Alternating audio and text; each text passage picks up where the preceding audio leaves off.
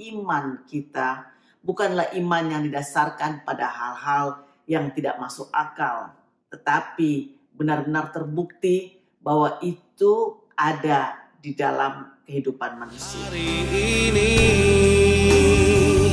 ku bersyukur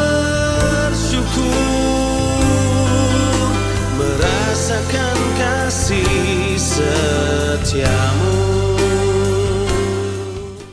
Shalom saudara, selamat pagi. Kita ketemu kembali pagi dalam Morning Devotion. Selamat pagi saudara-saudara. Apa kabar?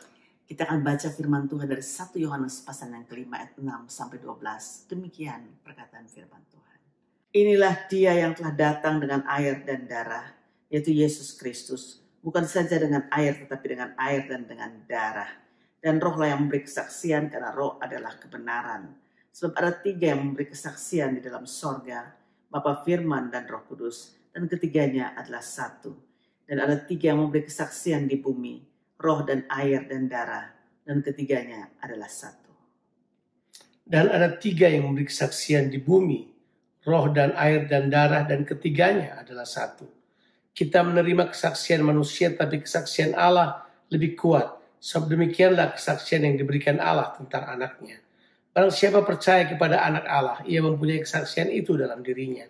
Barang siapa tidak percaya kepada Allah, ia membuat dia menjadi pendusta, karena ia tidak percaya akan kesaksian yang diberikan Allah tentang anaknya.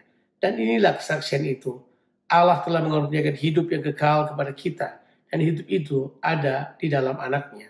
Barang siapa memiliki anak, ia memiliki hidup.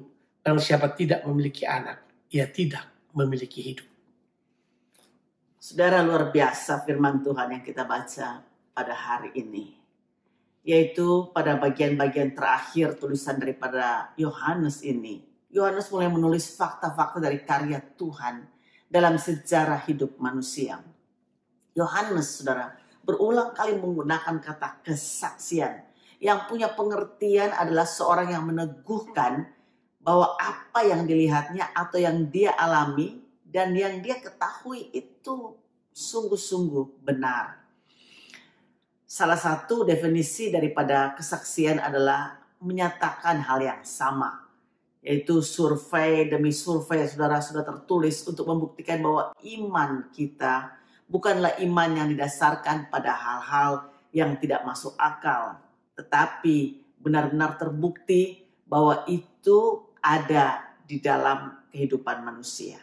Nah, jelasnya begini, bahwa fakta empiris berkata bahwa Yesus datang ke dunia ini. Fakta empiris berkata kepada kita bahwa Yesus pun mati untuk menebus dosa kita. Dan juga dia bangkit tentunya.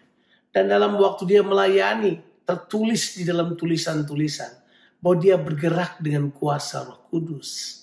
Dan Yohanes mengatakan kata kesaksian ini punya pengertian. Kata kesaksian berasal dari bahasa Yunani marturos atau martureo, yang punya pengertian itu sebenarnya adalah seperti orang mati syahid, ya.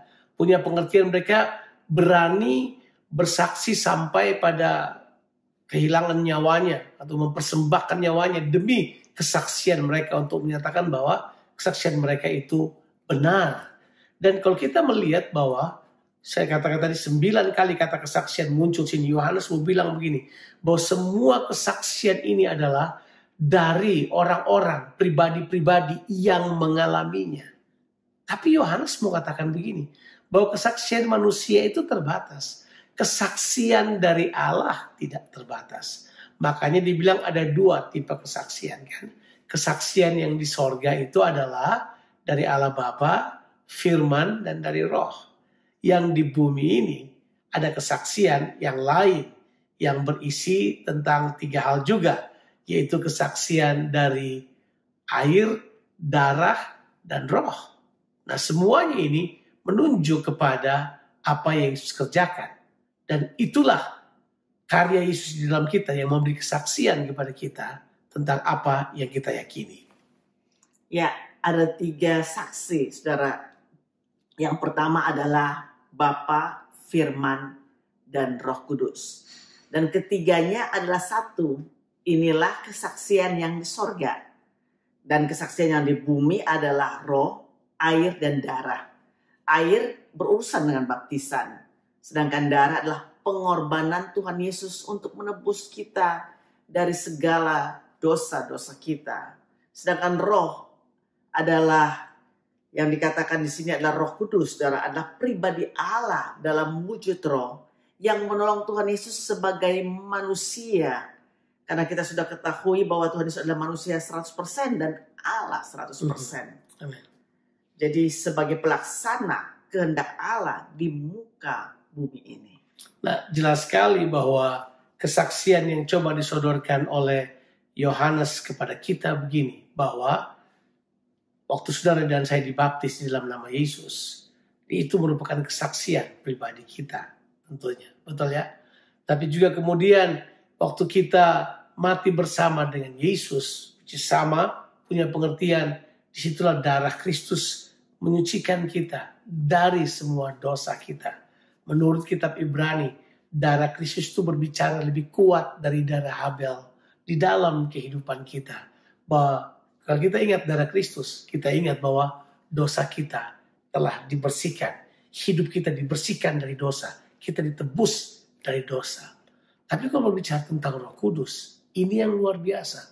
Roma 8 ayat 15 berkata bahwa barang siapa telah menjadi anak-anak Allah, dia dituntun oleh Roh Kudus. Atau kata lain, barang siapa dituntun oleh Roh Kudus, dia menjadi anak-anak Allah.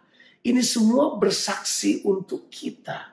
Jadi kita bisa lihat kesaksian tentang kita dan kemudian dalam hubungannya dengan Allah, bahwa Allah di dalam Yesus tinggal di dalam kita dan kita tinggal di dalam Dia. Itu merupakan fakta yang luar biasa tentang kesaksian-kesaksian.